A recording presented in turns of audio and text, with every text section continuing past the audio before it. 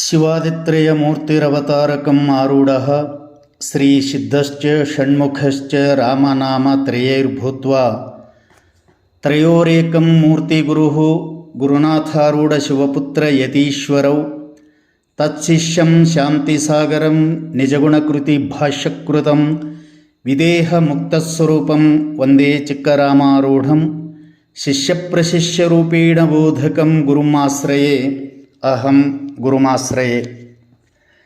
ಪ್ರಾತಸ್ಮರಣೀಯ ಪರಮಪೂಜ್ಯ ಆರಾಧ್ಯ ದೈವ ಸದ್ಗುರುದೇವನ ಅಡಿದಾವರೆಗಳನ್ನು ಶಿರದರ ಮನೆಯಲ್ಲಿ ಧರಿಸಿಕೊಂಡು ಅವರಿವರೆನ್ನದೇ ಜಗದ್ಗುರು ಸಿದ್ಧಾರೂಢ ಮಹಾಸ್ವಾಮಿಗಳನ್ನು ಜಗದ್ಗುರು ಷಣ್ಮುಖಾರೂಢ ಮಹಾಸ್ವಾಮಿಗಳನ್ನು ಮೊದಲು ಮಾಡಿಕೊಂಡು ರಾಮಾರೂಢ ಮಹಾಸ್ವಾಮಿಗಳನ್ನೇ ಮಧ್ಯವರ್ತಿಯಾಗಿ ಚಿಕ್ಕರಾಮಾರೂಢ ಮಹಾಸ್ವಾಮಿಗಳ ಪರ್ಯಂತ ಆರೂಢ ಮಹಾಗುರು ಪರಂಪರೆಗೆ ತ್ರಿಕರಣ ಪೂರಕವಾಗಿ ನಮಸ್ಕರಿಸಿ ಬಸವಾದಿ ಪ್ರಮತರನ್ನು ಮನವಾರೆ ಧ್ಯಾನಿಸುತ್ತಾ ಅವರಿವರೆನ್ನದೇ ಎಲ್ಲ ಮಹಾನುಭಾವರ ಸಂತರ ಮಹಾಂತರ ಧೀಮಂತರ ಶರಣರ ಶ್ರೀಚರಣಗಳಿಗೆ ಅನೇಕ ವಂದನೆಗಳನ್ನು ಸಲ್ಲಿಸಿ, ಆತ್ಮೀಯರೇ, ಭಕ್ತಜನ ಬಂಧುಗಳೇ, ಭಕ್ತ ಮಹಾಶಯರೇ, ಶ್ರೋತೃಗಳೇ, ಮುಮುಕ್ಷುಗಳೇ, ತಮ್ಮೆಲ್ಲರಿಗೂ ನನ್ನ ಅನೇಕ ವಂದನೆಗಳನ್ನು ಸಮರ್ಪಿಸುತ್ತಾ, ನಾವು ಇಲ್ಲಿಯವರೆಗೆ ಜಗದ್ಗುರು ಸಿದ್ಧಾರೂಢ ಮಹಾಸ್ವಾಮಿಗಳ ಮಂಗಲಗೀತೆಯನ್ನು ಗುರುರಾಜ ಸಿದ್ಧಾರೂಢ ಸಮರ್ಥವೆಂಬುವುದು, ಆಮೇಲೆ ಅವರ ಗುರುಗಳಾಗಿರತಕ್ಕಂಥ ಗಜದಂಡ ಶಿವಯೋಗಿಗಳ ಮಂಗಲಾರತಿಯನ್ನು, ಆಮೇಲೆ ರಾಮಾರೂಢ ಮಹಾಸ್ವಾಮಿಗಳ ಪರಂಜ್ಯೋತಿ ಬೆಳಗುತ್ತಿದೆವೆಂಬುವಂಥ ಮಂಗಲಗೀತೆಯನ್ನು ಅರ್ಥಸಹಿತವಾಗಿ ನಾವೆಲ್ಲರೂ ಶ್ರವಣ ಮಾಡ್ತಾ ಬಂದಿದ್ದೇವೆ. ಈಗ ಜಗದ್ಗುರು ರಾಮಾರೂಢ ಮಹಾಸ್ವಾಮಿಗಳ ಮಂತ್ರ ದೀಕ್ಷೆಯನ್ನು ನೀಡಿದ, ವಿದ್ಯಾಧ್ಯಯನವನ್ನು ಮಾಡಿಸಿದಂಥ ಮಂತ್ರದೀಕ್ಷಾ ಗುರುಗಳು, ವಿದ್ಯಾಗುರುಗಳು ಆಗಿರುವಂಥ ಷಣ್ಮುಖಾರೂಢ ಮಹಾಸ್ವಾಮಿಗಳ ಒಂದು ಮಂಗಲಗೀತೆ ಅತ್ಯಂತ ಅದ್ಭುತವಾಗಿರುವಂಥದ್ದು. ಇದು ರಾಮಾರೂಢ ಮಹಾಸ್ವಾಮಿಗಳ ದೀಕ್ಷಾಗುರುಗಳು, ವಿದ್ಯಾಧ್ಯಯನ ಮಾಡಿಸಿದಂಥ ವಿದ್ಯಾಗುರುಗಳು ಆಗಿರತಕ್ಕಂಥ ವಿಜಯಪುರದ ಷಣ್ಮುಖಾರೂಢ ಮಠದ ಒಡೆಯರಾಗಿರತಕ್ಕಂಥ ಬ್ರಹ್ಮಲೀನ ಪರಮಪೂಜ್ಯ ಷಣ್ಮುಖಾರೂಢ ಮಹಾಸ್ವಾಮಿಗಳ ಮಂಗಲಗೀತೆ ಬಹಳ ಅರ್ಥಪೂರ್ಣವಾಗಿರುವಂಥದ್ದು. ಅದನ್ನು ಮೊದಲು ನಾನು ಆ ಗೀತೆಯನ್ನು ಹಾಡ್ತಾ ಇದ್ದೇನೆ. ಆಮೇಲೆ ಆದಷ್ಟು ಸಮಯ ಆ ಪದದರ್ಥ ತಾತ್ಪರ್ಯವನ್ನು ಚಿಂತನೆ ಮಾಡೋಣ, ನಾವು ನೀವೆಲ್ಲರೂ ಕೂಡಿ. ಆ ಗೀತೆ ಹೀಗಿದೆ.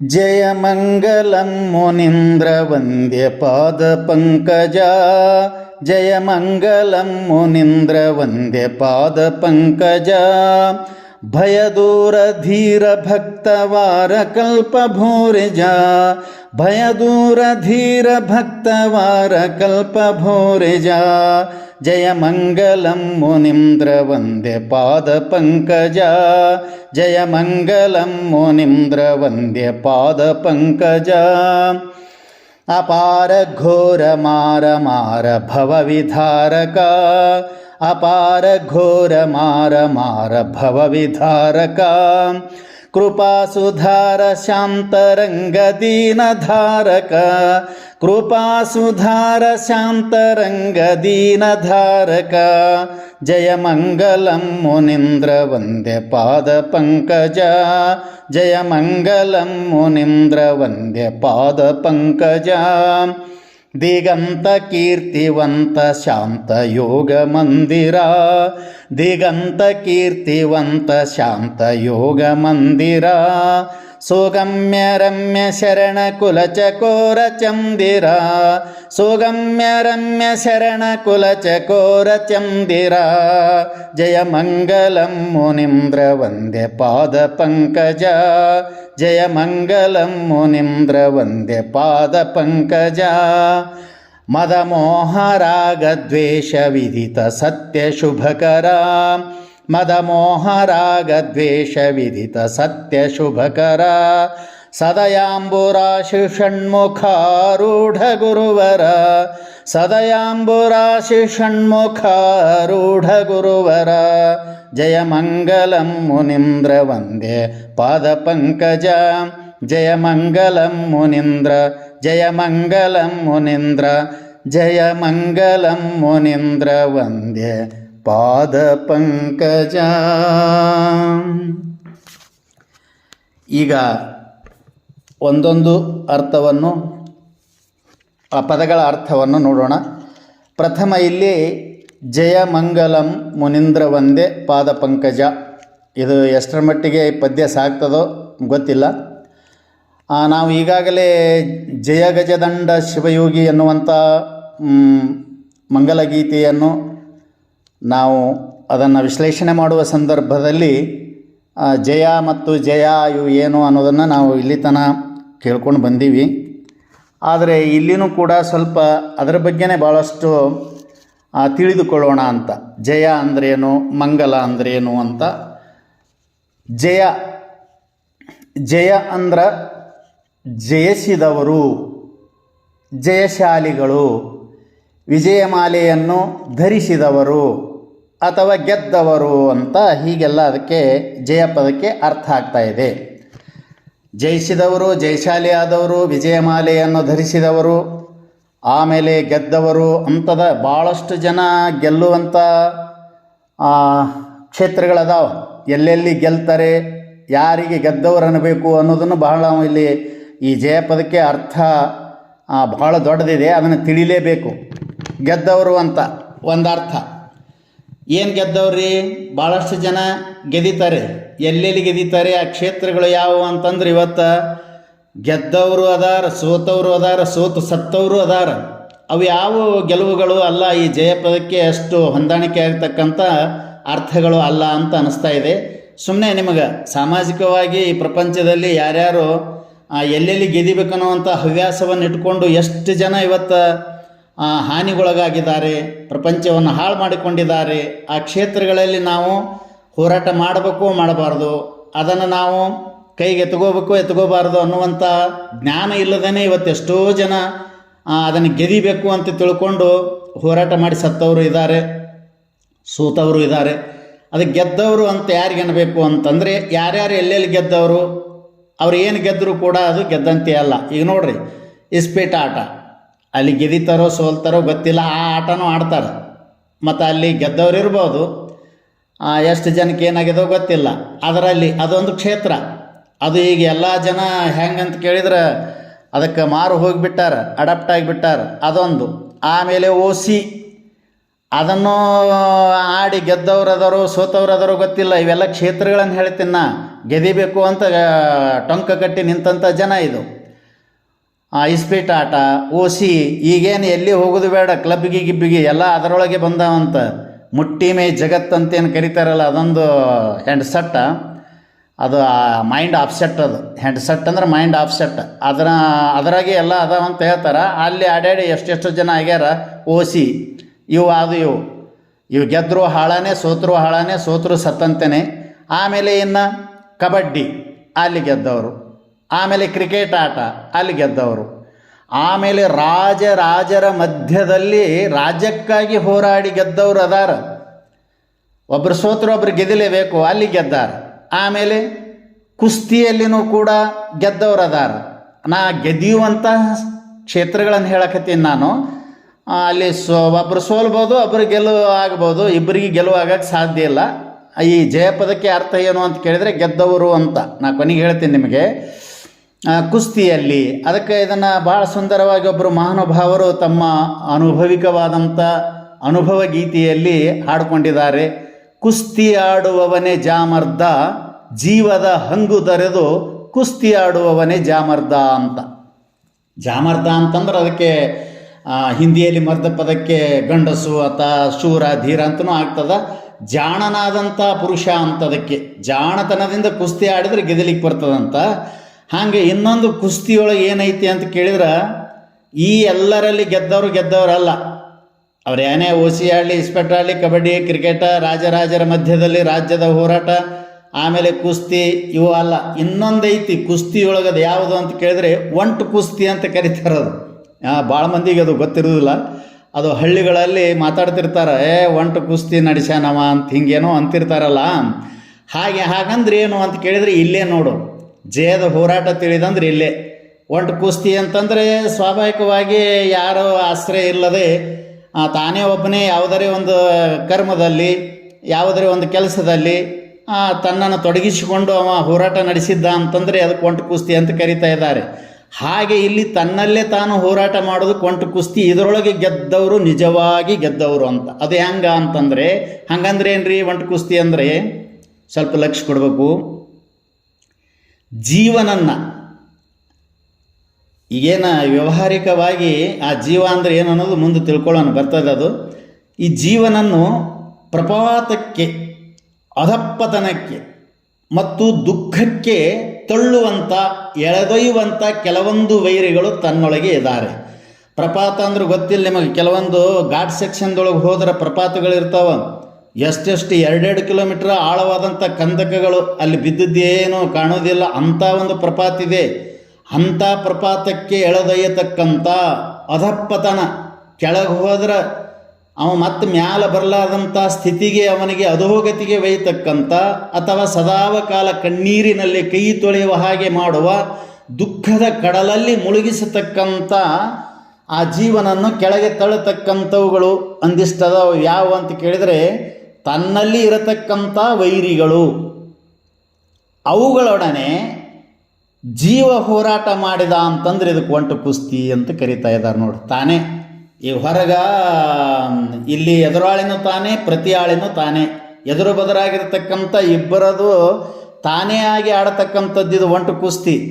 ಈಗ ಅಲ್ಲಿ ಹೊರಗೆ ರಾಜರು, ಸೈನಿಕರು, ಬಲ, ಅವು ಆನೆ, ಒಂಟಿ, ರಥ, ತುರುಗ ಅವು ಇರ್ತಾವ. ಆ ಹೋರಾಟ ಬೇರೆ. ಇಲ್ಲಿ ಒಂಟಿ ಜೀವನ ಹೋರಾಟ ಅಂದ್ರೇನು, ಜೀವನನ್ನು ಅಧಪ್ಪತನಕ್ಕೆ, ದುಃಖಕ್ಕೆ, ಪ್ರಪಾತಕ್ಕೆ ತಳ್ಳತಕ್ಕಂಥ ಕೆಲವೊಂದಿಷ್ಟೇನು ವೈರಿಗಳು ಅಂತೇನದಾವಲ್ಲ ಒಳಗ, ಅವುಗಳೊಡನೆ ಹೋರಾಡೋರು ಯಾರು ಅಂತ ಕೇಳಿದ್ರೆ ಕೇವಲ ಜೀವ. ಅವನ ಎದುರಿನಲ್ಲಿನೇ ಅವನಿಗೆ ಕಾಣದ ಹಾಗೆ ಮಾಯದ ಮರೆಯಲ್ಲಿ ಇದ್ದುಕೊಂಡು ಈ ಕಡೆ ಅವನನ್ನು ಎಳೆದೊಯ್ಯತಕ್ಕಂಥ ದೊಡ್ಡ ಬಲವಾನ ಶಕ್ತಿಯುಕ್ತವಾದಂಥವುಗಳು. ಅವುಗಳ ಜೊತೆ ಜೀವ ಒಬ್ಬನೇ ಹೋರಾಟ ಮಾಡಿದ ಅಂತಂದರೆ ಅವನಿಗೇನಂತಾರಂದ್ರೆ, ಈ ಒಂಟು ಕುಸ್ತಿಯೊಳಗೆ ತಾನೇ ತನ್ನಲ್ಲಿರುವ ವೈರಿಗಳೊಡನೆ ಜೀವ ಕೇವಲ ತಾನೊಬ್ಬನೇ ಅಕೇಲ ಹೋರಾಡಿದ ಅಂತಂದರೆ ಇದಕ್ಕೆ ಒಂಟು ಕುಸ್ತಿ. ಅದರಲ್ಲಿ ಗೆದ್ದ ಅಂತಂದರೆ ಅವ ನಿಜವಾದ ಶೂರ, ಅವ ನಿಜವಾದ ಜಯವನ್ನು ಹೊಂದಿದವ. ಈ ಜಯ ಪದಕ್ಕೆ ವಿಜಯ ಅಂತ ಶ್ರೀಮನ್ ನಿಜಗುಣರು ಒಂದು ಕಡೆ ನಿರೂಪಣೆ ಮಾಡುವಾಗ ಅವರು ಬಹಳ ಸುಂದರವಾಗಿ ಹೇಳ್ತಾ ಇದ್ದಾರೆ, ಕರಣ ವಿಜಯದಿಂದ ಕಲಿತನ ಮುಂಟೆ. ನೋಡ್ರಿ, ಕಲಿತನ ಅಂದ್ರೆ ಶೂರತನ. ಶೂರರಂತ ಯಾರಿಗನ್ಬೇಕು ಅಂದರೆ ಗೆದ್ದವರಿಗೇನೆ ಶೂರರನ್ಬೇಕು, ವಿಜಯೀಭವರಾದವರಿಗೇನೆ ಶೂರರನ್ಬೇಕು, ವಿಜಯವನ್ನು ಸಾಧಿಸಿದವರಿಗೇನೆ ಶೂರರನ್ಬೇಕು. ಇದು ಯಾಕೆ ನಡೆದದಂದ್ರೆ ಜಯ ಪದಕ್ಕೆ ಅರ್ಥ ಇದು. ಜಯ ಅಲ್ಲ, ಜಯ ಪದಕ್ಕೆ ಅರ್ಥ ಇಷ್ಟು ಆಳವಾಗಿದೆ ಇದು. ಅದಕ್ಕೆ ಕರ್ಣ ನೋಡ್ರಲ್ಲಿ ವಿಜಯ ಅಂತ ಮತ್ತೊಂದು ಅದಕ್ಕೆ ವಿಶೇಷಣ ಹಚ್ಚಿದ್ದಾರೆ ಅವರು. ಕರ್ಣ ವಿಜಯದಿಂದ ಬರೇ ಜಯಿಸುವುದಲ್ಲ, ವಿಜಯ ಅತ್ಯಂತ ಪರಾಕ್ರಮದಿಂದ ಇನ್ನೊಮ್ಮೆ ಅವು ಪರಿಪಟ್ಟು ಪೋಪುದಂತಾರಲ್ಲ, ಒಂದು ಸಲ ಸೈನ್ಯ ಚದುರು ದಿಕ್ಕೆಟ್ಟು ಓಡೋಯ್ತಂದ್ರೆ ಪುನಃ ಅವರು ಮುಖ ತೋರಿಸೋದಲ್ಲ. ಹಾಗೆ ಈ ಒಳಗಿರತಕ್ಕಂಥ ವೈರಿಗಳು ಜೀವನನ್ನು ದುಃಖಕ್ಕೀಡು ಮಾಡ್ತಕ್ಕಂಥವುಗಳು, ಜೀವನ ಇವುಗಳನ್ನು ಬರೇ ಜಯಿಸಿದ್ರೆ ಮತ್ತೆ ಹೊಳ್ಳಿ ಬರ್ಬೋದು. ವಿಜಯ ಅಂದ್ರೇನು, ಮತ್ತೊಮ್ಮೆ ಮುಖ ತೋರಿಸದ ಹಾಗೆ ಓಡಿ ಹೋಗಬೇಕು. ಅವರಿಗೆ ಕಲಿಗಳು ಅಂತ ಕರೀತಾ ಇದ್ದಾರೆ. ಅವರು ನಿಜಗೊಂಡ್ರು ಕರ್ಣ ವಿಜಯದಿಂದ ಕಲಿತನ ಮುಂಟೆ ಅಂತ. ಹೀಗೆ ನೋಡಿ, ಹೊರಗೆ ಹೋರಾಡಿ ಗೆದ್ದವರು ಇದ್ದಾರೆ, ಸತ್ತವರು ಇದ್ದಾರೆ. ಭಾಳಷ್ಟು ಜನ ಸತ್ತವರೇ, ಗೆದ್ದವರು ಕಡಿಮೆ. ಈ ಹೊರಗಿನ ಇದರೊಳಗೂ ಗೆದ್ದವರು ಕಡಿಮೆ, ಒಳಗಿನ ಆಂತರಿಕ ಯುದ್ಧದಲ್ಲಿ ಗೆದ್ದವರು ಕೂಡ ಭಾಳಷ್ಟು ಕಡಿಮೆನೇ. ಅದು ಹೊರಗೆ ಹೋರಾಡಿ ಗೆದ್ದವರು ಯಾರಪ್ಪ ಅಂತಂದ್ರೆ ಒಂದಿಷ್ಟು ಜನ ರಾಜರು, ಪ್ರಬಲ ಶೂರರು ಅವರು ಇರ್ತಾರೆ. ಇನ್ನು ಕೆಲವೊಂದಿಷ್ಟು ಜನ ಹೋರಾಡಿ ಸತ್ತವರು ಅದಾರಂತ. ಎದಕ್ಕಾಗಿ ಅಂತ ಕೇಳಿದ್ರೆ ಅದನ್ನು ಭಾಳ ಸುಂದರವಾಗಿ ಅಲ್ಲಮರು ಹೇಳ್ತಾ ಇದ್ದಾರೆ. ಹೆಣ್ಣಿಗಾಗಿ ಹೋರಾಡಿ ಸತ್ತವರು ಕೋಟಿ ಜನ, ಮಣ್ಣಿಗಾಗಿ ಹೋರಾಡಿ ಸತ್ತವರು ಕೋಟಿ ಕೋಟಿ ಜನ, ಹೊನ್ನಿಗಾಗಿ ಹೋರಾಡಿ ಸತ್ತವರು ಕೋಟಿ ಕೋಟಿ ಜನ, ನಿನಗಾಗಿ ಸತ್ತವರನ್ನು ಒಬ್ಬರನ್ನು ಕಾಣೆ ಅಂತ ಅವ್ರು ಹೇಳಿದರು. ಅಂದಮೇಲೆ ಇವೆಲ್ಲ ಹೋರಾಟದಲ್ಲಿ ಮನುಷ್ಯ ಪ್ರಾಪಂಚಿಕವಾದ ವಿಷಯಗಳನ್ನು ಸಂಗ್ರಹ ಮಾಡಬೇಕೆಂಬುವಂಥ ಕುತೂಹಲದಿಂದ ಈ ಬುದ್ಧಿಯಿಂದ ಕೂಡಿಕೊಂಡು ಹೋರಾಟ ನಡೆಸಿದಂದ್ರೆ ಇವನಿಗೆ ಸಾವು ಖಚಿತ, ಮರಣ ಖಂಡಿತ. ಅದಕ್ಕೆ ಸತ್ತವರು ಅಂತ ಅಲ್ಲಂದ್ರು ಹೇಳ್ಯಾರ ಇದನ್ನು. ಹೌದ್ರಿ, ಇಲ್ಲಿ ನಿನಗಾಗಿ ಸತ್ತವರು ಯಾರೂ ಇಲ್ಲ ಅಂದ್ರಲ್ಲ, ಇವ್ರಿಗಾಗಿ ಎಲ್ಲರೂ ಸತ್ತಾರ. ಇವು ಮೂರಕ್ಕೆ, ಇವು ಅತ್ಯಂತ ಮೂರು ಪ್ರಬಲ, ಇವು ಜಗಕ್ಕಿಕ್ಕಿದ ವಿಧಿ ಅಂತ ಅವರೇ ಮತ್ತೊಂದು ಕಡೆ ಬರ್ದಾರ. ಇರಲಿ, ನಿನಗಾಗಿ ಸತ್ತವರು ಅಂದರೆ ಯಾರು ಅಂತಂದರೆ, ನಿನಗಾಗಿ ಸತ್ತವರು ಅಂತಂದ್ರು ಒಂದೇನೆ, ತನಗಾಗಿ ಸತ್ತವರಂತರೂ ಒಂದೇನೆ. ಅದು ಹೆಂಗ ಅಂತ ಕೇಳಿದರೆ, ತನ್ನಲ್ಲಿ ತಾನು ತನಗಾಗಿ ಹೋರಾಡುವವರು ಯಾರೂ ಇಲ್ಲ. ಆ ಥರ ತನ್ನಲ್ಲಿ ತಾನೇ ಹೋರಾಡಬೇಕು. ತಾನೇ ತನ್ನೋಳು ತನ್ನ ನಿಜವ ನೋಡಲು ಅಂತೇನು ನಿಜಗೊಂಡು ಬರ್ದಾರಲ್ಲ, ಇದು ಇಲ್ಲೇ ಅದೇ ಒಳಗೆ, ಹೊರಗಡೆ ಎಲ್ಲಿ ಇಲ್ಲ. ಈ ಒಳಗಿನ ಜಯ ಸಾಧಿಸಿಬಿಟ್ರೆ ಸಾಕು, ಇನ್ನುಳಿದಂಥ ಹೊರಗಿನ ಜಯಗಳನ್ನು ಸಾಧಿಸುವಂಥ ಅವಶ್ಯಕತೆಯೂ ಇಲ್ಲ. ಅವುಗಳನ್ನು ಗೆಲ್ಲಬೇಕು, ವಿಜಯಭವ ಆಗಬೇಕು, ಸಾಧಿಸಬೇಕು ಅನ್ನುವಂಥ ಪ್ರಮೇಯವೂ ಇಲ್ಲ, ಪ್ರಸಂಗವೂ ಇಲ್ಲ. ಅದಕ್ಕೆ ಇಲ್ಲಿ ತಾನೇ ತನ್ನೋಳು ಅಂತಂದ್ರೆ ಏನು ಅಂತ ಹೇಳಿದ್ರೆ, ಇದನ್ನು ಹೋರಾಡೋರು ಯಾರೂ ಇಲ್ಲ. ಈ ಕಡೆ ಬರೋದು ಭಾಳ ಕಷ್ಟ. ಕ್ಷುರಸ್ಯ ಧಾರ ನಿಶಿತ ದುರ್ಗಮ ಪತಃ ಕವಯ ವದಂತಿ ಅಂತ ಏನು ಹೇಳಿದಾರಲ್ಲ, ಹಾಗಿದ್ದಂಗಿದು ಅದರ ಸಂಬಂಧ ಈ ಕಡೆ ಯಾರೂ ಬರೋದಿಲ್ಲ.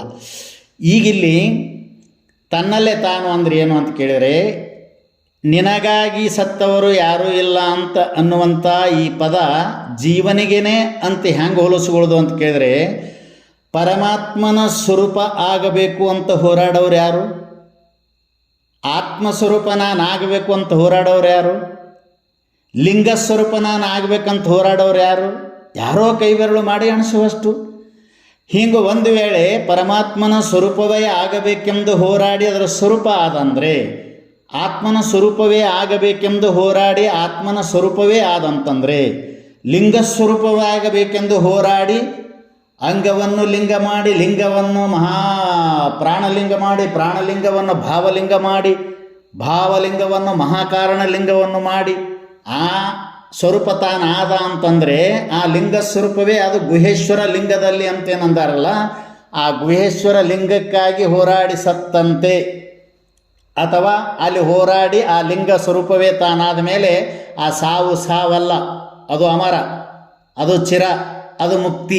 ಅದಕ್ಕೆ ಅವರಿಲ್ಲಿ ಏನು ಹೇಳಿದರು ಅಂತ ಕೇಳಿದರೆ, ನಿನಗಾಗಿ ಸತ್ತವರು ಯಾರೂ ಇಲ್ಲ ಅಂತಂದ್ರೆ ಅವನಿಗಾಗಿ ಹೋರಾಡಂಗಿಲ್ಲ.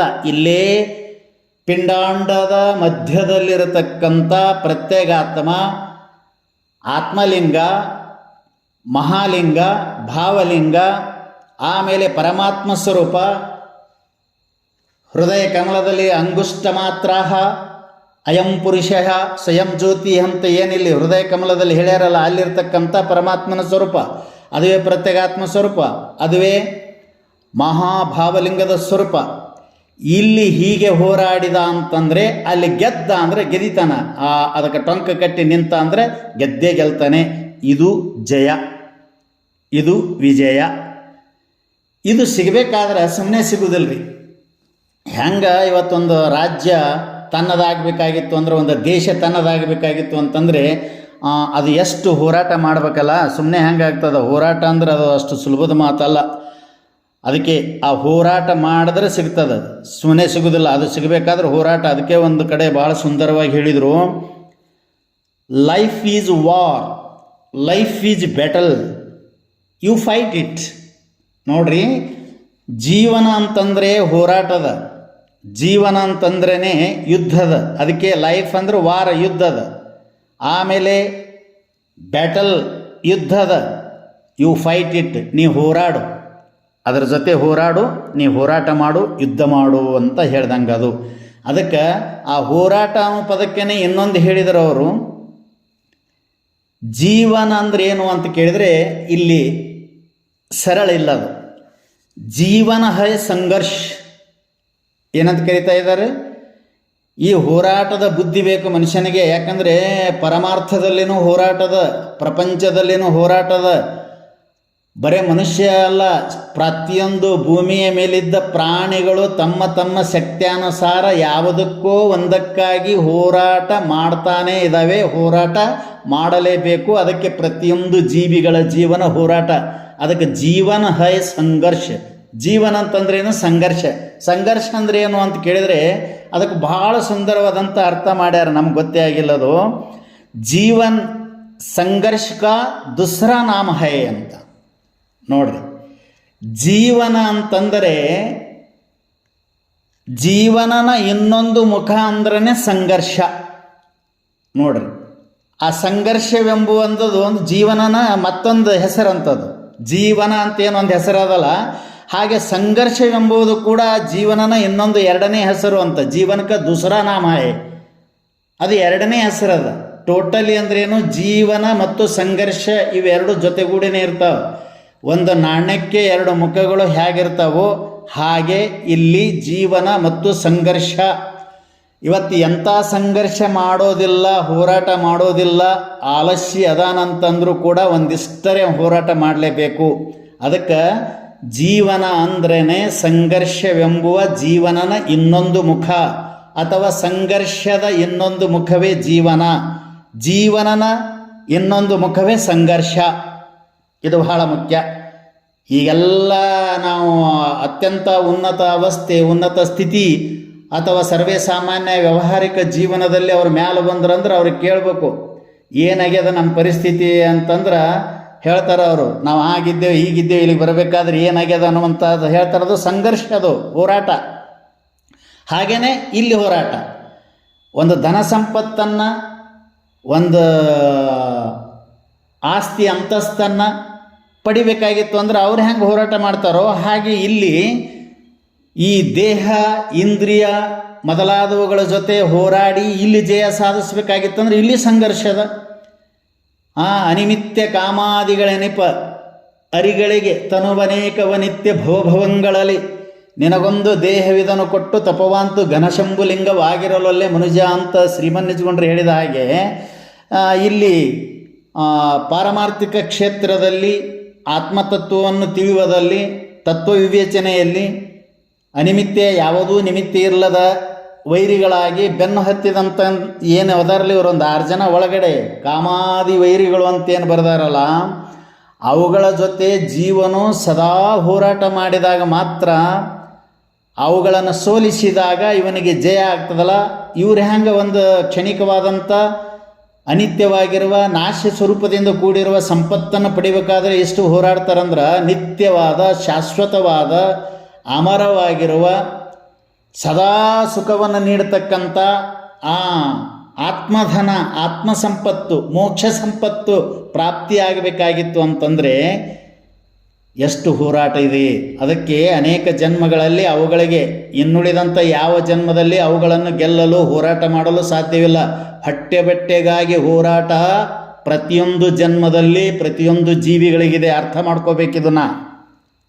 ಎಲ್ಲಿ ಈ ಒಂದು ಮಾನವ ಜನ್ಮ ಬಿಟ್ಟು, ಮಾನವ ದೇಹ ಮಾನವ ಜನ್ಮ ಒಂದನ್ನು ಬಿಟ್ಟು ಇನ್ನುಳಿದಂಥ ಏನು ಎಷ್ಟು ಜೀವ ಜಂತುಗಳದಾವಲ್ಲ ಅವುಗಳಲ್ಲಿ ಹೋರಾಟ ನಡೆದದ್ದು ಎದಕ್ಕಂದ್ರೆ ಕೇವಲ ಹೊಟ್ಟೆ ಬಟ್ಟಿಗೆ, ಆಹಾರ ನಿದ್ರಾ ಭಯಮೈಥುನ ಅಂತೇನೋ ಒಂದು ಶ್ಲೋಕದಲ್ಲಿ ಬರೆದಾರಲ್ಲ, ಅಷ್ಟಕ್ಕಾಗಿಯೇ ಹೋರಾಟದ. ಆದರೆ ಇಲ್ಲಿ ಮಾನವ ಜನ್ಮದಲ್ಲಿ ಅದಕ್ಕೆ ನಿನಗೆ ಇದೊಂದು ದೇಹವನ್ನು ಕೊಟ್ಟು ಅಂತ ಅದಕ್ಕೆ ಯಾಕೆ ಒತ್ತು ಕೊಟ್ಟು ಹೇಳ್ಯಾರಂದ್ರೆ, ಇನ್ನುಳಿದ ಯಾವ ತನುಗಳಲ್ಲಿ, ಇನ್ನುಳಿದ ಯಾವ ಶರೀರಗಳಲ್ಲಿ, ಇನ್ನುಳಿದ ಯಾವ ದೇಹದಲ್ಲಿ ಕಾಮಾದಿಗಳ ಜೊತೆ ಹೋರಾಡಿ ಅವುಗಳನ್ನು ಸೋಲಿಸಿ ಆತ್ಮತತ್ವವನ್ನು, ಸ್ವರಾಜ್ಯ ಮೋಕ್ಷ ಸಿಂಹಾಸನವನ್ನು ಏರ್ತಕ್ಕಂಥ ಸಾಮರ್ಥ್ಯ ಶಕ್ತಿ ಇರೋದು ಕೇವಲ ಇದೊಂದು ನರಶರೀರಕ್ಕೆ ಮಾತ್ರ. ನಿನಗೊಂದು ದೇಹವಿದನ್ನು ಕೊಟ್ಟು ತಪವಾಂತು ಅಂದ್ರೆ ಅದು ಕಷ್ಟ ಸಾಧ್ಯವಾದಂಥ ತಪ. ತಪ್ಯತೆ ಇತಿ ತಪಃ, ಸುಡಬೇಕು, ಕಷ್ಟಪಡಬೇಕು.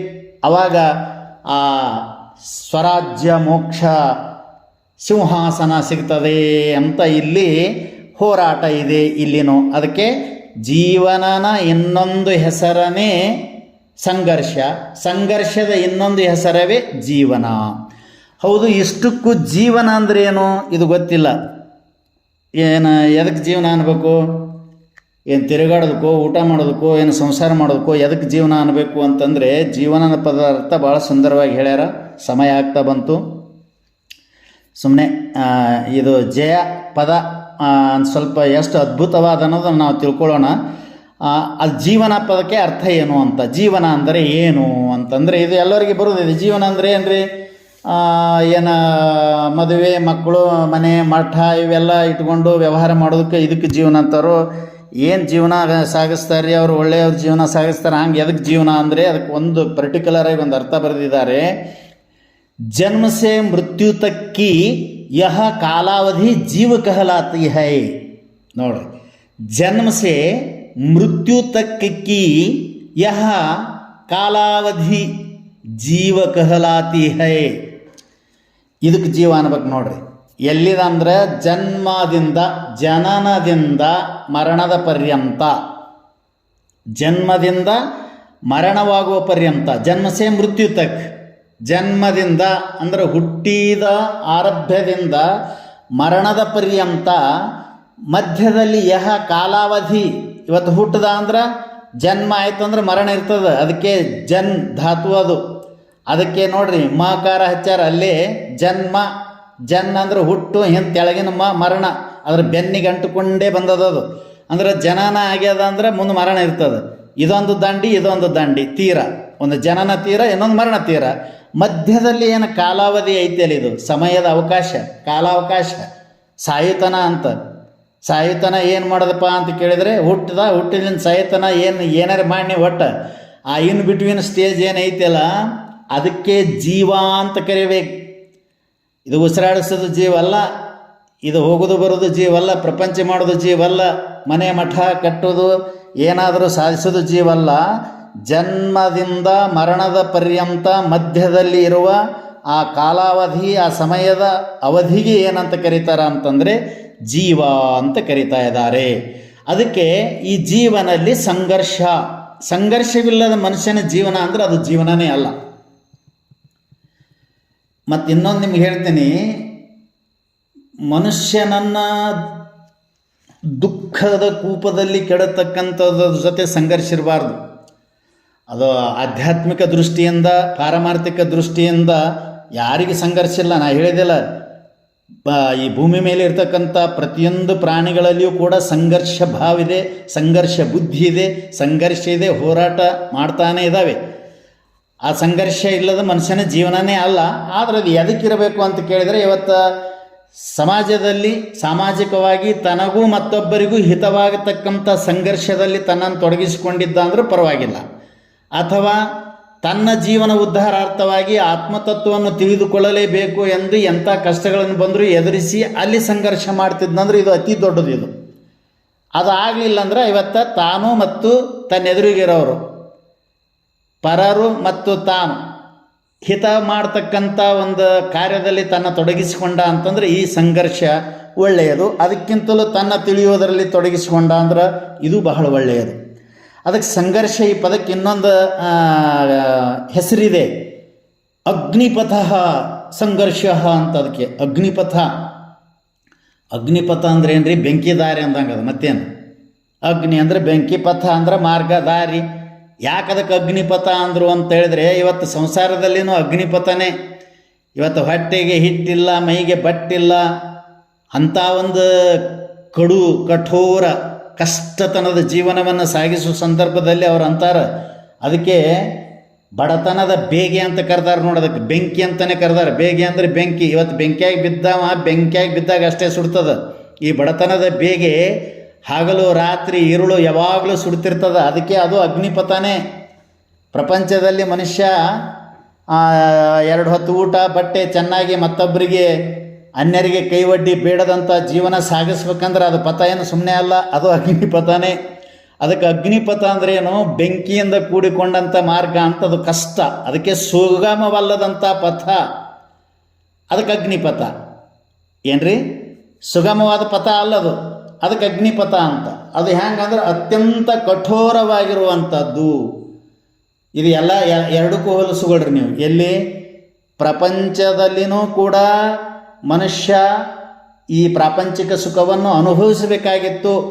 ಮತ್ತೊಂದು ಯಾವುದರ ಹಂಗಿಲ್ಲದೆ ಯಾವ ಕಷ್ಟವನ್ನು ಅನುಭವಿಸದೆ ಕೇವಲ ಸುಖ ಅನುಭವಿಸಬೇಕಾಗಿತ್ತು ಅಂತಂದರೆ ಅದು ಅಷ್ಟು ಸುಲಭದ್ದಲ್ಲ. ಅತ್ಯಂತ ಕಠೋರವಾದ ಮಾರ್ಗನೇ ಅಗ್ನಿಪಥ, ಅತ್ಯಂತ ಕಷ್ಟ ತುಂಬಿದ ಮಾರ್ಗನೇ ಅಗ್ನಿಪಥ. ಅದೆಲ್ಲ ಈ ಘಾಟ್ ಸೆಕ್ಷನ್ ಇದ್ದಂಗೆ. ಅದಕ್ಕೆ ಜೀವಾಘಾತಕವಾದಂಥ ಮಾರ್ಗಕ್ಕೂ ಅಗ್ನಿಪಥನೇ ಅಂತ ಕರೀತಾ ಇದ್ದಾರೆ. ಆದ್ದರಿಂದ ಸಂಘರ್ಷವನ್ನು ಮಾಡದಂಥ ಮನುಷ್ಯನ ಜೀವನ ಅಲ್ಲ. ಆ ಜೀವನನ ಜೊತೆಗೇನೆ ಸಂಘರ್ಷ ಇರ್ತದೆ. ಸುಮ್ಮನೆ ಎದಕ್ಕೋ ಏನೋ ಉಪಯೋಗ ಇರಲಾರ್ದ ಸಂಘರ್ಷ ಮಾಡಬಾರ್ದು. ಅದು ತನಗೂ ಮತ್ತೊಬ್ಬರಿಗೆ ಹಿತ ಆಗುವಂಥದರ ಕಾರ್ಯವನ್ನು ಕೈಗೆ ತಗೊಂಡು ಆ ಹೋರಾಟ ಮಾಡಬೇಕು. ಆಮೇಲೆ ತನ್ನ ಆತ್ಮತತ್ವವನ್ನು ತಿಳಿಯುವುದಕ್ಕಾಗಿ ತೊಡಗಿಸ್ಕೋಬೇಕು. ಇದು ಜೀವನನ ಸಂಘರ್ಷ. ಅದಕ್ಕೆ ಜೀವನನ ಇನ್ನೊಂದು ಹೆಸರೇ ಸಂಘರ್ಷ. ಸಂಘರ್ಷ ಏನು ಮಾಡ್ತದ್ರಿ ಸಂಘರ್ಷ ಅಂತ ಕೇಳಿದರೆ ಭಾಳ ಅದ್ಭುತವಾದಂಥ ಮಾತು ಹೇಳ್ತಾ ಇದ್ದಾರೆ. ಈಗ ಒಬ್ಬ ವ್ಯಕ್ತಿಯ ಒಳಗಿನ ಶಕ್ತಿ ಏನನ್ನೋದು ಗೊತ್ತಿರುವುದಿಲ್ಲ ಯಾರಿಗೆ. ಅವನ ಅಸಲಿ ಮುಖ ಏನು ಅನ್ನೋದು ಗೊತ್ತಿರೋದಿಲ್ಲ. ಆ ಮನುಷ್ಯನ ಅಸಲಿ ಮುಖವನ್ನು ಆ ವ್ಯಕ್ತಿಯಲ್ಲಿರ್ತಕ್ಕಂಥ ಶಕ್ತಿಯನ್ನು ಹೊರಗೆ ಹಾಕುವುದೇ ಸಂಘರ್ಷ ಅಂತ ಕರೀತಾ ಇದ್ದಾರೆ. ಇನ್ನೊಂದು, ಆ ವ್ಯಕ್ತಿ ಏನದಾನ ಎಂಬುದನ್ನು ತೋರಿಸಿಕೊಡೋದಕ್ಕೇನೆ ಸಂಘರ್ಷ ಅಂತ ಕರೀತಾ ಇದ್ದಾರೆ. ಆ ಸಂಘರ್ಷ ಏನು ಮಾಡ್ತದ ಅಂತಂದರೆ ಇನ್ನೂ ಅದಕ್ಕೆ ಭಾಳ ಅರ್ಥ ಬರ್ದಾರ. ನಿರಂತರವಾಗಿ ಅವನನ್ನು ಮುಂದೆ ದೂಡ್ತಾ ಹೋಗ್ತದಂತ. ಅವನು ನಿಲ್ಲುಗೊಡೋದಿಲ್ಲ. ನೀ ಹೋಗು, ಮುಂದೆ ಹೋಗು ಅಂತ ಅವನು ಸಪೋರ್ಟ್ ಮಾಡ್ತಾ ಇರ್ತದೆ. ನಿರಂತರವಾಗಿ ಅವನನ್ನು ಮುಂದೆ ಹೋಗಲು ಪ್ರೇರಣೆ ಮಾಡುವಂಥದ್ದು ಯಾವುದೋ ಅದು ಸಂಘರ್ಷ. ಅದಕ್ಕೆ ರೀ ಆ ಸಂಘರ್ಷ ಇದ್ದ ಮನುಷ್ಯನೇ ಮುಂದೆ ಹೋಗವ. ಆಮೇಲೆ ಅವ ಅನೇಕ ದುಸ್ಥಿತಿಗಳ ಜೊತೆ, ಯಾವುದೇ ಸ್ಥಿತಿಗಳು ಬರಲಿ, ಎಂಥ ಒಂದು ಗಂಡಾಂತರಗಳು ಬರಲಿ, ಎಂಥ ಎಡರು ತೊಡರುಗಳು ಬರಲಿ, ಅವುಗಳ ಜೊತೆ ಹೋರಾಟ ಮಾಡ್ತಕ್ಕಂಥ ಶಕ್ತಿ ತಂದು ಕೊಡ್ತದಂಥ ಸಂಘರ್ಷ. ಆಮೇಲೆ ಬೇರೆ ಬೇರೆ ಬೇರೆ ಆಗಿರ್ತಕ್ಕಂಥ ಊಹೆ ಮಾಡದೇ ಇರತಕ್ಕಂಥ ಕಠಿಣವಾದ ಸಮಸ್ಯೆಗಳು ಬಂದು ಅಂದ್ರೆ ಅವುಗಳನ್ನು ಎದುರಿಸುವಂಥ ಶಕ್ತಿ ಕೊಟ್ಟು ಅವುಗಳ ಜೊತೆ ಹೋರಾಟ ಮಾಡಿಸ್ಲಿಕ್ಕೆ ಹತ್ತದಂತ ಇದೇ ನೋಡಪ್ಪ ಸಂಘರ್ಷ. ಕೊನೆಗೆ ಏನು ಮಾಡ್ತದೆ ಅಂತ ಕೇಳಿದರೆ ಅವನನ್ನು ಗುರಿ ಮುಟ್ಟುವ ಹಾಗೆ ಮಾಡುವುದು ಯಾವುದು ಅದೇ ಸಂಘರ್ಷ. ಇವತ್ತು ಸಂಘರ್ಷ ಮಾಡ್ತಕ್ಕಂಥ ವ್ಯಕ್ತಿ ಅವ ಜೀವನದಲ್ಲಿ ಗುರಿ ಮುಟ್ಟಲಾರ್ದೆ ಎಂದೂ ಮಧ್ಯದಲ್ಲಿ ನಿಲ್ಲುವುದಿಲ್ಲ. ಅದಕ್ಕೆ you go, you run, you reach your goal, but not stop, but not stay in between stage ಅಂತ ಯಾಕೆ ಹೇಳಿದರು ಸ್ವಾಮಿ ವಿವೇಕಾನಂದರು ಅಂದ್ರೆ ಅದು ಸಂಘರ್ಷದ ಜೀವನ ಅವ್ರದ್ದು. ನೀವು ಓಡು, ನೀವು ಹೋಗು, ನಿನ್ನ ಗುರಿ ಮುಟ್ಟು, ನಿನ್ನ ಗೋಲ್, ನಿನ್ನ ಏಮ್ ಮುಟ್ಟು, ನಡುವೆಯಲ್ಲಿ ನಿಂದಿರಬೇಡ. ಅವ ನಿಂದಿರುವುದಿಲ್ಲ. ಯಾರು ಯಾವ ಸಂಘರ್ಷವನ್ನು ಕೈಗೆ ತೊಗೊಂಡಿರ್ತಾನೆ ಅವ ಎಂದೂ ನಿಂದಿರುವುದಿಲ್ಲ, ಗುರಿ ಮುಟ್ಟೇ ತೀರ್ತಾನವ. ಹಾಗೆ ಗುರಿ ಮುಟ್ಟುವಂತೆ ಮಾಡುವುದ್ಯಾವುದೋ ಅದೇ ಸಂಘರ್ಷ.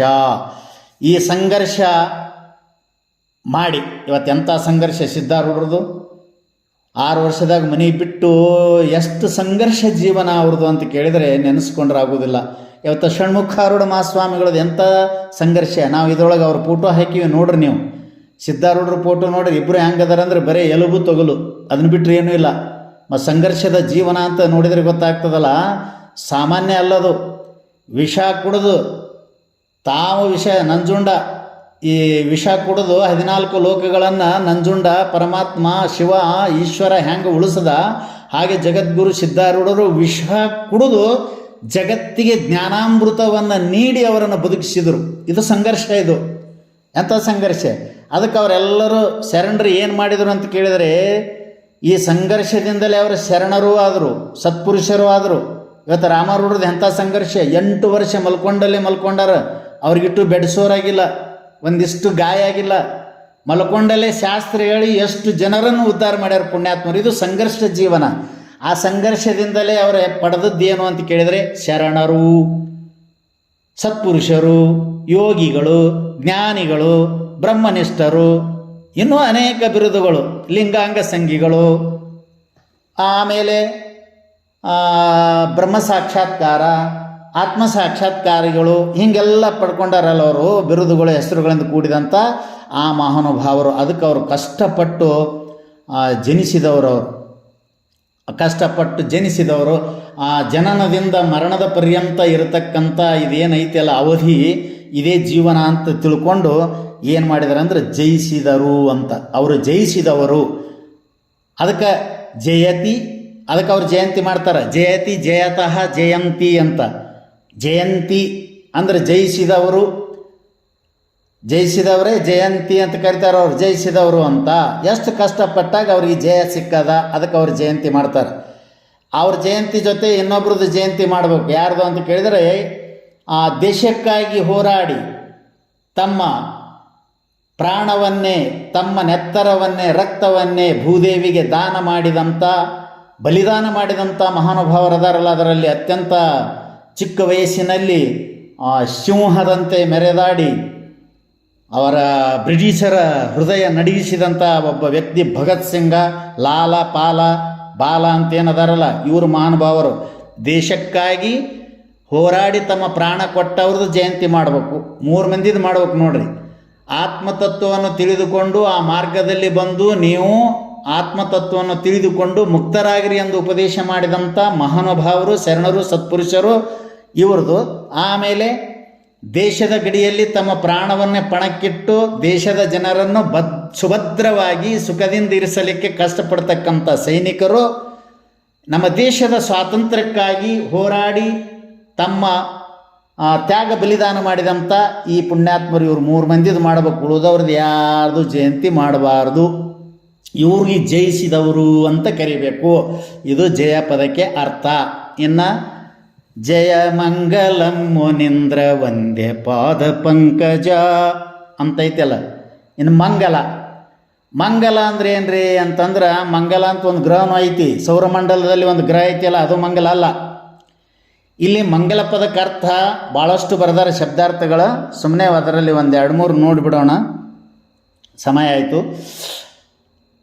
ಮಂಗಲ ಪದಕ್ಕೆ ಅರ್ಥ ಕಲ್ಯಾಣ, ಬಲ, ಹಿತ, ಶುಭ, ಪಾವನ, ಕುಶಲ ಇವೆಲ್ಲ ಅದಾವೆ. ಮತ್ತು ನೀವು ಮಂಗಲವಾಗಲಿ, ಜಯಮಂಗಲವಾಗಲಿ, ಶುಭಮಂಗಲವಾಗಲಿ ಅಂತಂದ್ರೆ ಗುರುವಿಗೆ ಕಲ್ಯಾಣ ಆಗಲಿ, ಗುರುವಿಗೆ ಬಲ ಬರಲಿ, ಗುರುವಿಗೆ ಶುಭ ಆಗಲಿ, ಅವೇನು ಅಶುಭ ಆಗಿದಾನ, ಅವಾಗ ಹಿತ ಆಗಲಿ, ಅವೇನು ಐತಿದೊಳಗದಾನೇನು,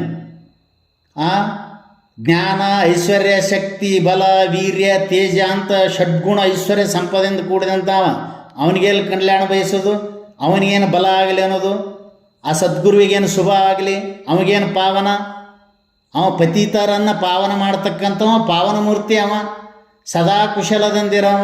ಮತ್ತು ಅವಾಗ ಮಂಗಲ ಆಗಲಿ, ಜಯಮಂಗಲವಾಗಲಿ, ಶುಭಮಂಗಲವಾಗಲಿ, ಮಂಗಲ ಪಾಡುವೆನು, ಹಿಂಗೆಲ್ಲ ಅದಾರಲ್ರಿ. ಮತ್ತು ಇವ್ಯಾಕಂದ್ರು ಅಂತ ಕೇಳಿದರೆ, ಈ ಎಲ್ಲ ಅರ್ಥಗಳು ಆ ಗುರುವಿಗೆ ಆಗಲಿ ಅಂತಲ್ಲ, ಅದು ನಮಗಾಗಿ ಮಾಡೋ ಪ್ರಾರ್ಥನೆ. ಅದು ಏನು ಅಂತ ಕೇಳಿದರೆ, ನಮ್ಮ ಮನೋಕಾಮನೆಯನ್ನು ಪೂರ್ತಿ ಮಾಡು ಅಂತ ಪ್ರಾರ್ಥನೆ ಮಾಡೋದಕ್ಕೆ ಜಯಮಂಗಲವಾಗಲಿ ಅಂತ ಹೇಳೋದು. ಜಯಮಂಗಲಂ ಮುನೀಂದ್ರ ವಂದ್ಯ ಪಾದ ಪಂಕಜ ಅಂತ ನಾವು ಹೀಗೆ ಅದನ್ನು ಇಲ್ಲಿ ಅರ್ಥೈಸ್ಕೋಬೇಕು.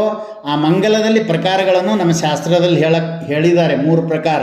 ಒಂದು ವಸ್ತು ನಿರ್ದೇಶನ ಮಂಗಲ, ಒಂದು ನಮಸ್ಕಾರ ರೂಪ ಮಂಗಲ, ಒಂದು ಆಶೀರ್ವಾದ ರೂಪ ಮಂಗಲ ಅಂತ ಇದೆ. ಇವು 3 ಸದ್ಗುರುವಿಗೆ ಹೋಲ್ತವೆ. ಯಾಕೆ? ವಸತೀತಿ ವಸ್ತು, ಸದಾವಕಾಲ ಇರೋದು ವಸ್ತು ಅಂತ ಆತ್ಮ ಚೈತನ್ಯವೇ ನಾನು, ನಿರಾವರಣ ಪರಿಪೂರ್ಣ ಚೈತನ್ಯ ನಾನು ಅಂತ ತಿಳಿದಾನ. ಅದಕ್ಕೆ ವಸ್ತು ನಿರ್ದೇಶನ ರೂಪ ಮಂಗಲ ಆಗಲಿ ಅಂತ ಗುರುವಿಗೆ ಇದನ್ನು ಹೇಳ್ಬೋದು.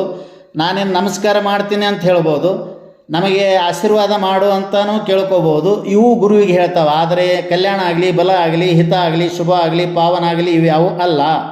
ಇನ್ನೊಂದು, ಅದು ನಮಗಾಗಿ ಮಾಡೋದು ಮಂಗಲ ಅಂತ. ಅಭಿಷ್ಟಾರ್ಥ ಸಿದ್ಧಿ ಮಂಗಲಂ ಅಂತ ಅಂದ್ರೇನು? ಇಚ್ಛಿತವಾದಂಥ ಸಿದ್ಧಿ ಆಯಿತು ಅಂದ್ರೆ, ಅದರ ಸಿದ್ಧಿ ಪ್ರಾಪ್ತಿ ಆಯಿತು ಅಂದ್ರೆ ನಮಗೇನಂತಾರೆ ಅಂತ ಕೇಳಿದರೆ ಅದು ಮಂಗಲ ಅಂತ ಅದಕ್ಕೆ ಅರ್ಥ. ಅದು ನಾವು ಗುರುಗಳನ್ನು ಕುರಿತು ಮಂಗಲ ಪಾಡುವಾಗ ಹೀಗೆಲ್ಲ ಅವು ನಮಗೆ ಹೋಲಿಸಿಕೊಳ್ಳಬೇಕು. ಇನ್ನು ಈ 3 ಅವ ಚಿರಕಾಲ ಸದಾ ಇರುವಂಥ ಸದ್ವಸ್ತು ಚೈತನ್ಯ ರೂಪ ಇರೋಣದರಿಂದ ಆ ವಸ್ತುರೂಪ ಮಂಗಲವು ನೀನೇ ಆ ಸ್ವರೂಪದಿ ಗುರುವೇ ಅಂತ ಮಂಗಲ ಮಾಡ್ಬೋದು. ನಮಸ್ಕಾರ ರೂಪ ನಾನು ನಿನಗೆ ನಮಸ್ಕರಿಸ್ತೀನಿ. ಯಾಕೆ? ಇಲ್ಲಿ ಪೂಜ್ಯಕ ಭಾವ ಸಂಬಂಧ, ನೀನು ನಮಸ್ಕಾರ ಮಾಡಿಸಿಕೊಳ್ಳಲಿಕ್ಕೆ ಯೋಗ್ಯದಿ, ನಾನು ನಮಸ್ಕಾರ ಮಾಡೋಕ್ಕೆ ಯೋಗ್ಯದೀನಿ, ಅದಕ್ಕೆ ನಮಸ್ಕಾರ ರೂಪ ಮಂಗಲ.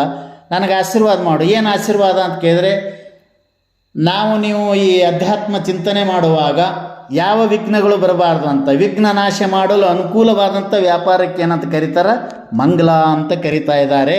ಹೀಗೆ ಜಯ ಮಂಗಲಂ. ಇನ್ನು ಮುನೀಂದ್ರ ವಂದ್ಯ ಪಾದ ಪಂಕಜ ಅಂದ್ರೆ ಇನ್ನೂ ಬಹಳ ಅರ್ಥಗಳದಾವ. ಈಗಾಗಲೇ 40 ನಿಮಿಷ ಆಯಿತು. ಅದಕ್ಕಾಗಿ ಜಯ ಮಂಗಲ ಇವೆರಡು ಪದಗಳ ಅರ್ಥವನ್ನು ಯಥಾಮತಿಗೆ ಹೊಳೆದಷ್ಟು ನಾನು ನಿರೂಪಣೆ ಮಾಡಿದ್ದೇನೆ. ತಾವುಗಳು ಇದರಲ್ಲಿ ಹಂಸಕ್ಷೀರನೆಯದಂತೆ ಯೋಗ್ಯವಾದದ್ದನ್ನು ತೆಗೆದುಕೊಂಡು ಇನ್ನುಳಿದದ್ದು ತಮಗೆ ಬೇಡಾದದ್ದನ್ನು ಅಲ್ಲೇ ಬಿಡಿ ಅಂತ ಹೇಳಿ, ಈ ಜಗದ್ಗುರು ಷಣ್ಮುಖಾರೂಢ ಮಹಾಸ್ವಾಮಿಗಳ ಅತ್ಯಂತ ಅದ್ಭುತ ಹೊಸದಿದು ಮಂಗಲಗೀತೆ. ಈ ಮಂಗಲಗೀತೆಗೆ ಈ 2 ಪದಗಳಿಗೆ ಮಾತ್ರ ನಾವು ಮಂಗಲ ಮಾಡೋಣ ಅಂತ ಹೇಳಿ ಈ ನನ್ನ ವ್ಯಾಖ್ಯಾನಕ್ಕೆ ಮಂಗಲ ಮಾಡ್ತಾ ಇದ್ದೇನೆ. ಹರಿ ಓಂ ತತ್ಸತ್.